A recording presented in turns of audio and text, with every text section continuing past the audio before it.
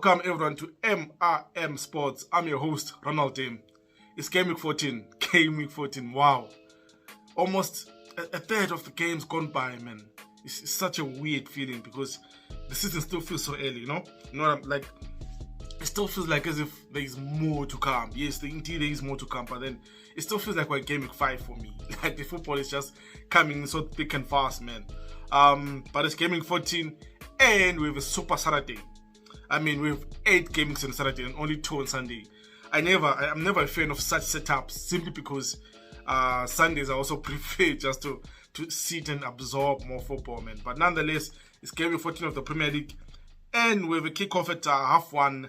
It's Leicester versus Manchester City, and then we have Bournemouth versus Spurs.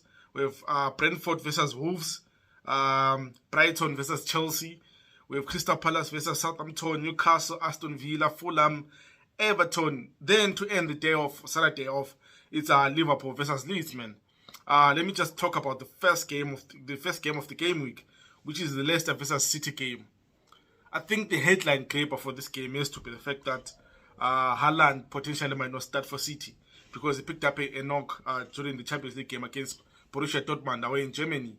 So that's a huge deal for everyone. I mean, if you're an FPL player, most of the teams have Haaland anyway. Most of you guys are Haaland owners anyway. So that's the talking point really.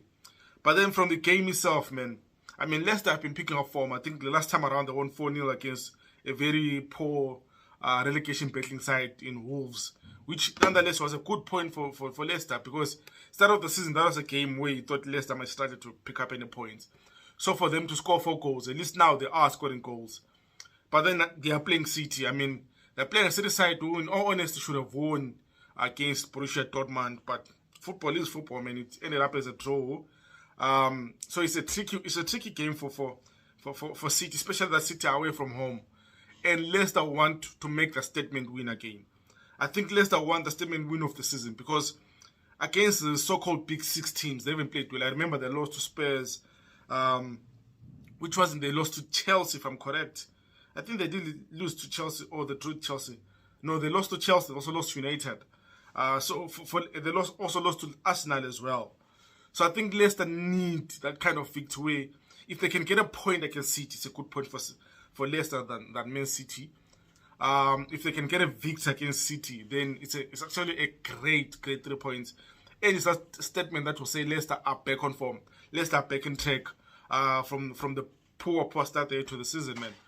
But I still expect City to just run through Leicester. I think City have so much power.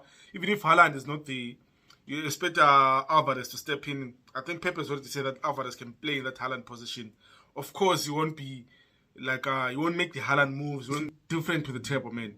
He brings like a different element to City. And best of what we saw last season, City can win these tricky games without necessarily having a typical number 9, typical striker, and someone like Haaland or Aguero. So again, man, I wouldn't be shocked if City win this game, maybe 3-1 or so. So I think for this game, I'll go with the 3-1. I think City will win this game. And then 4 o'clock kickoff, Bournemouth are hosting Spurs. I mean, Bournemouth lost last time around. I think I don't want to say I cursed them to a certain extent. But man, I always thought Bournemouth at some point will start losing games. And they're a nice undefeated run, and then nice undefeated run. I think they lost the previous game 1-0. Let me just Bournemouth. Yeah, no, they lost 2-0 against West Ham. I mean, they were so unlucky, especially on the first goal. I think that was definitely a handball by the West Ham player last Monday. But then, yeah, VAR does what VAR does, man, which is confuse everyone. I think that's what VAR does best, man. Against Spurs, okay, Spurs haven't won in any of their last 3 games in all competitions. I think they lost to Newcastle, they lost to United, and they drew in that 3-hour game against Sporting Lisbon, man. So I think Spurs are winning. The way that game ended, I mean, they disallowed Harry Kane goal again from an offside position, although it's still contested by everyone, man. And Bournemouth at home can be a tricky side. We've already seen this season so far that Bournemouth can be a tricky side. So it'll be quite interesting to see how Spurs play this game. I think from a Spurs perspective, this will be a key game to see how Conte sets up. I think this game alone will show us where Conte is mentally with this team of Spurs, or where he believes the players are mentally. If he goes with a 3-man midfield against a team who classifies a lower opposition and not bombard them with attacking players. If Conte, imagine this, if Conte goes defensive in this game, then we have to question Conte's tactics. But then nonetheless, man, you know what? I think I'll go with a 2-2 draw in this game.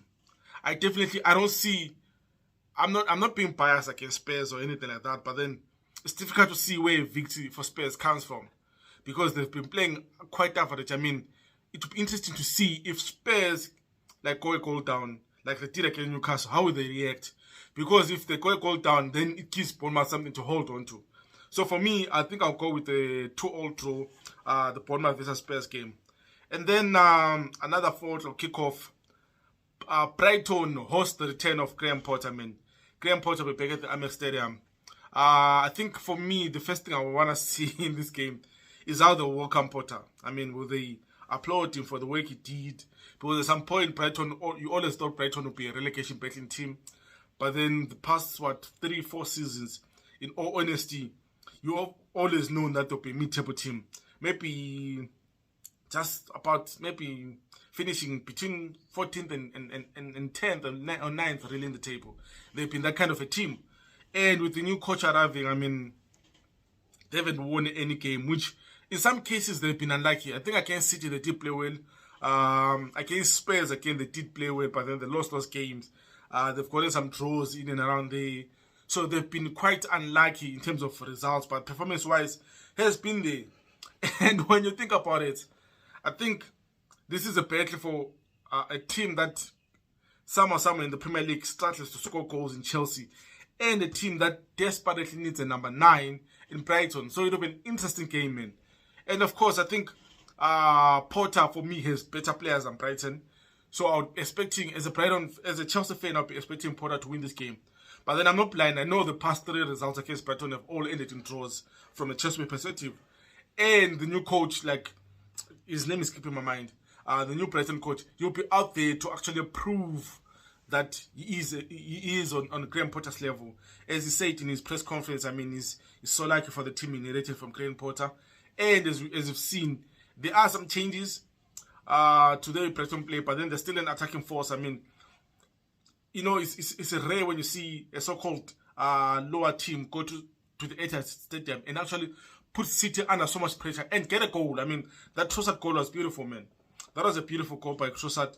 And that's one player Chelsea has to be on the lookout for. Because if Brighton score first, then it's a difficult ball game for Chelsea. Chelsea have to go all guns blazing. And we're very much open to counter-attack from Brighton. So that's a tricky game again for Chelsea. I mean, you know, the thing with Premier League, every game for any top 6 side is always a tricky game anyway. But then the Brighton versus Chelsea game, I think I'll go with a 2-1 away win for Chelsea. I think I'll slightly edge Chelsea on this one simply because Graham Potter knows these players in and out and knows their strengths and weaknesses as well. So if, let's say he gets his prediction correct on how Brighton will line up, I think he will be able to try and nullify certain individuals around the field, man. And also maybe how the strengths and weaknesses, for example, for a Trossard or for a March or for a McAllister or even for a Welbeck. So for me, I think I'll go with a 2-1 victory for Chelsea. And then on the late kickoff, the Liverpool versus Leeds game, man, that would be a crack of a game at Anfield. I think Leeds have been playing quite well. Leeds have been playing excellent football. They've just been so unlucky, man. I think the results... let me say this. Against Fulham, I think that's where they looked pretty much average. But against Arsenal, a few weeks back, man, where they lost 1-0 and they had a penalty miss, they looked so sharp. They looked so on it. So I expect them to... I think already the coach is fighting for his life at Leeds. It's only a matter of time. If he loses this game and loses the next one, I think by World Cup is gone. So for me, and again on Liverpool, Liverpool away side, man. They go away to Ajax, have a terrible 40 minutes. Salah gets a beautiful goal before half time. Then second half they come guns blazing. They put Ajax aside. They're through to the round of 16 in the Champions League. The week before that, they go to Nottingham Forest, where I'm sure every betting man had said Liverpool will win, maybe even over 3.5 goals or whatever, but it was everyone expected a straight Liverpool win. They end up losing that game 1-0. Goal on the counter. Van Dijk doesn't have a good game. Gomez has a terrible game. And so again, Liverpool IAO team this season. I can't believe Liverpool are still acting in a way where this inconsistency in the Liverpool side is so worrying. And as much as people say Liverpool have injuries, rightly so, but then away to Brighton, away to Nottingham Forest, you'd expect Liverpool to win. Even if they throw in some couple of youngsters in the starting 11, you expect Liverpool to win. And can I just say this, man? It's so weird now when a team is doing so well. You put in youngsters, they can put away any team. But then, as soon as the confidence is low amongst the whole team, you put in the same youngsters, the team struggles further. So football is always surprising in that way. And I've always thought that that's a weird thing, man, in football. But then the Liverpool versus Leeds game, man, it'll be a crack of a game. I can score at 9 in the evening, so that's something to take you up to 11 o'clock just before bedtime, before a reaction video to the results. It's going to be a tricky game for Liverpool. But at Anfield, I expect the Anfield crowd to be actually, to be the tough men they always are. And I expect them, even against West Ham and Liverpool, West Ham has so many chances, but then I think the tough men, which is the Anfield crowd, really pushed Liverpool on to get that victory, man. So again, I think it'll be a similar case. I can see Liverpool winning this game actually, maybe a 2-0. Yeah, I can see a 2-0 victory for Liverpool, or even a 2-1. But I think Liverpool will win this game because it's at Anfield and the Anfield crowd will be on Liverpool's side, basically. And then Sunday football, Arsenal versus Nottingham Forest. I mean, a Gunners that really shocked everyone with the performance at Netherlands against PSV Eindhoven, man. It was a 2-0. It could have easily ended as a 4-0. I mean, PSV had 2 disallowed goals. I mean, that Xavi Simons goal was a beautiful goal, which was disallowed. I think it was El Ghazi or someone who was offside, man. I think it was a shocking performance from Arsenal, and I expect this game for them to be a bounce at home at the Emirates Stadium. They know if City wins against Leicester, Arsenal going to this game second position, they want to do everything. I think it's a different kind of pressure for Arsenal to do that. They haven't experienced such in a long time this season already. I think it'll be a different kind of pressure, and Forest to be up, their chest to be up. I mean, they got an unexpected result really against Liverpool, that 1-0 win. So I think they'll go there hoping they can put off a similar performance, try to be tight and compact at the back, and if they get opportunity, run at Arsenal, man. It's going to be a tight game, but with Arsenal being at home and them having lost their previous game, and come to think about it, they also drew in the Premier League against Southampton. So for Arsenal's sake, I don't think they can afford a performance like Southampton where there's so many clear-cut chances first half and they were missing a lot of chances. So they will try and bury this game. As soon as Arsenal get, let's say, 3-4 chances first half, expect them to score 2 goals, because if they leave it late or let it 1-0 till the 70th minute, again, anything can happen. Imagine Forest get a draw away from Arsenal. That would be good 4 points against Liverpool and Arsenal. So from an Arsenal perspective, they need to win this game really to just keep City at bay with that 2-point gap. So for me, I'll go with maybe a 3-1 Arsenal. I think Arsenal are struggling to keep clean sheets, and Nottingham Forest will definitely get a chance or two. If they can bury those chances for them, that's the better then. And then to end the game week, it's Man United versus West Ham. This is a tricky game. The return of Moyes at Old Trafford, man. I think Moyes will always go to Old Trafford with a so hard, in a sense, where you've seen Ten Hag being bagged. I mean, millions of pounds have been spent for Ten Hag. He's building a team. And Moyes will always feel like maybe he wasn't fully supported. But then again, in Ten Hag's defense, he's doing it in a short amount of period. Whereas, of course, it's different circumstances. The standards have been set so low before Ten Hag took over that he was definitely going to be given time. Whereas Moyes came in after the case, Alex Ferguson had left. And there's some players who definitely, I think for me, thought they were bigger than Moyes, or they knew more than Moyes. So again, it was different circumstances all around. But I think Moyes will always go back to Old Trafford with it so hard. And it will always be in his plans to try and just show to them that he's a good coach. And in a sense where West Ham definitely need a performance to climb up the table. This is the crack of a game, man. I think West Ham will make it as much difficult for Man United as they can make it. But with this 10-up team, I think we're starting to see that United don't mind playing teams who can sit on a low block. They're now actually comfortable. I think they're now starting to have the tools where they can break down teams. Something which has been accused of United in the past, where if a team sits deep against United or plays a low block, United strike. I think with Eriksen in the team, with Bruno, they can now push forward knowing that if you can leave Casemiro alone, he can deal with any counter attacks. And Casemiro is a defensive midfielder that can pick a pass or even arrive late at the post to get a goal. I mean, so that's a strong arm on United side. And United, I think they're defeated in 7 games or so. I mean, the last draw with Chelsea, they did play excellent against Chelsea, you know. Having sat down and reflected on the game, United deserved to win that game, if we're being honest, as Chelsea fans.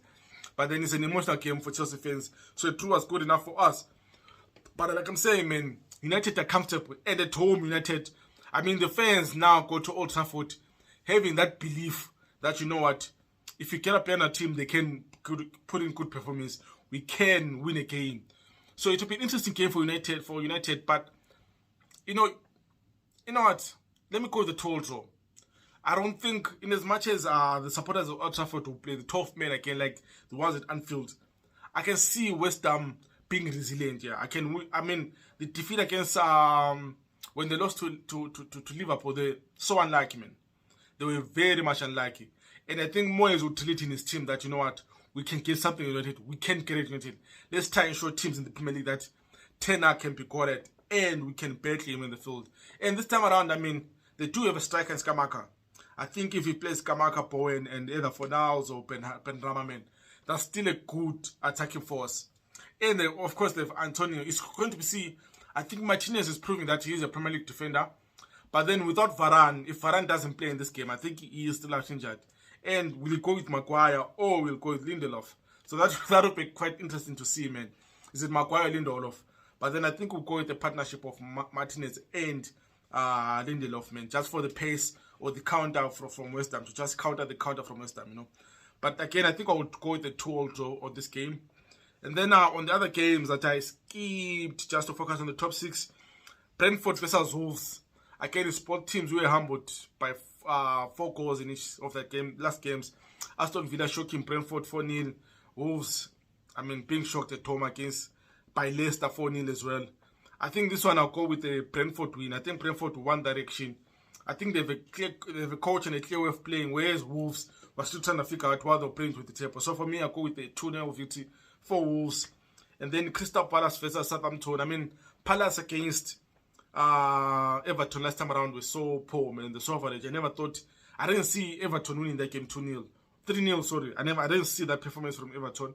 I thought Palace would be compact and defensively sound, man. But then at home against Southampton, I think I'll just go with a 2-1 victory. I think Southampton will score a goal, but Crystal Palace will just have it a little bit more with it being a home match, man. The Newcastle versus Aston Villa, I think this is a crack of a game. Of course, Aston Villa have a new coach what's his name, man? I saw his name is running away from my mind. The former Arsenal coach, man. Against Newcastle. Man, it's going to be a difficult game because Newcastle at home are on fire. In as much as Villa expecting a new coach. No, let me just go with, Newcastle have had, they picked up 4 points against United and Spurs. They defeated Spurs last time around. I think they're on a roll. For me, let me just go with a 3-1 victory for Newcastle. And then Fulham versus Everton. That's another huge game.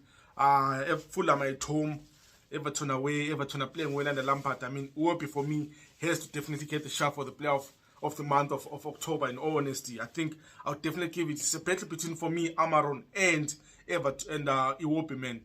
I think this will be another crack of a game. Fulham won 3-2 against Leeds last time around. So against an Everton side which won 3-0. You know what? Let me go with a 2-all draw. I think Lampard will do everything he can not to lose this game. This is a game I think Lampard will want to play, and he knows how Fulham are going to play. Fulham are definitely sure that they are not a relegation pressure team, and we're starting to see some of those signs again for Everton that they're also not a relegation pressure team. So for me, I'll go with a 2-all draw. Yeah. So guys, these are my predictions for game week 14. I can't wait to enjoy the football, man. I can't wait for that early kickoff, that half one kickoff between Leicester and Man City, man. I think it'll be a crack of a game. I expect 8 games on Saturday, so I think it'll be football color all around, man. The last game being at 9:15 in the evening, the Liverpool versus Leeds game. Don't forget to subscribe to the channel and like the video, man. I'm enjoying doing these things. I'm enjoying giving you guys the preview and prediction, and also giving you the reaction and review of the games that we will have played on the weekend. We definitely have more content dropping coming soon. Don't forget to subscribe to the channel and like the video. I'm your host, man. See you next time. Cheers.